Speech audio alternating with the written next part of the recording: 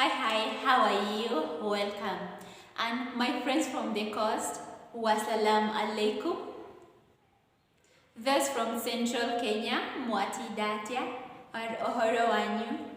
And actually the Maasais all over Kenya, Sopa Ole. And fellow Kenyans, how are you?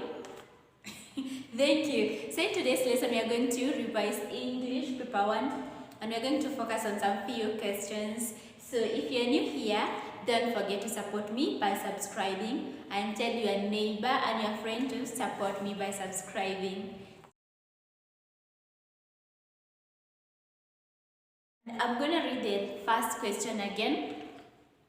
A teacher of English was in class during a reading session.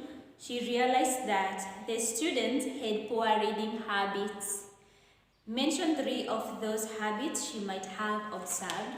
3 marks. We are going to focus on the poor reading habits that the teacher might have observed.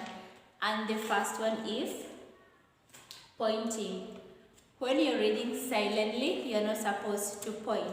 And this involves using your finger as you move from line to line, or you can also use your pen. So you're not supposed to use that. You're not supposed to do the pointing. Number 2, we have moving the head, and this is whereby you're moving the head from left to right as you read. For example, I have this material, I want to read from this side to this first side. I'll have to move my head as I read one line, move it back again, move it back again. And as I'm doing that, it will make me get tired. So this moving the head and pointing actually makes the reader to be tired. And 3, we have lip reading. Sadly, when reading silently, you're not supposed to move your lips. Like I'm reading silently and I'm like this. No, that is a big no. And lastly, we have sub-vocalization. Sub-vocalization. And this is whereby you fall on the throat when reading silently. So we move to question 2.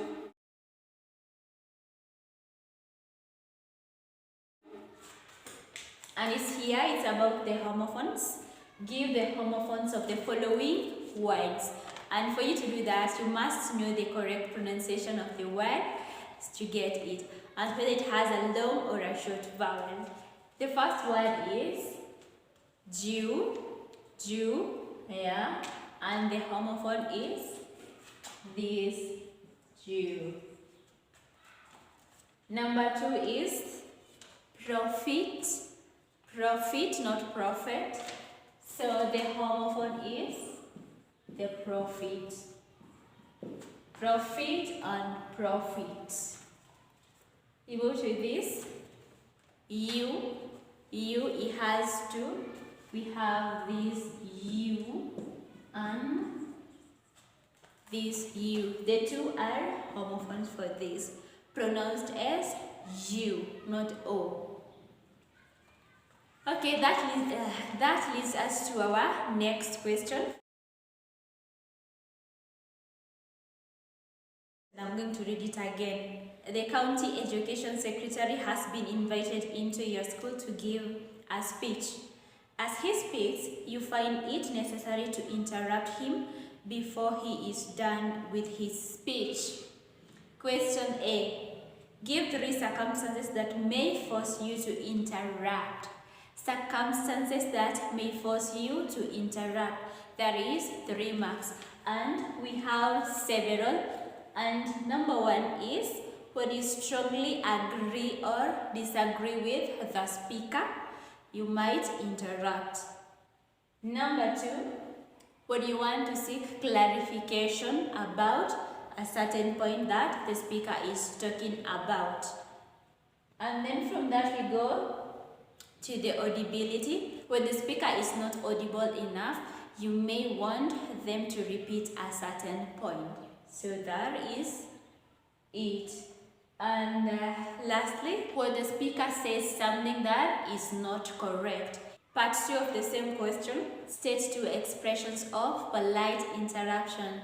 We have several. When you interrupt someone, you're supposed to interrupt politely. not just be rude. It's not good because you'll make the other person feel bad about themselves.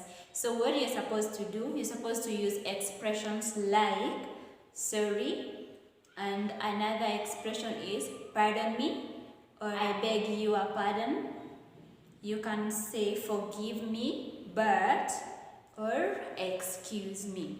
So it's always good to know that, so that when you interrupt someone, you're supposed to do it politely, not to make them feel bad.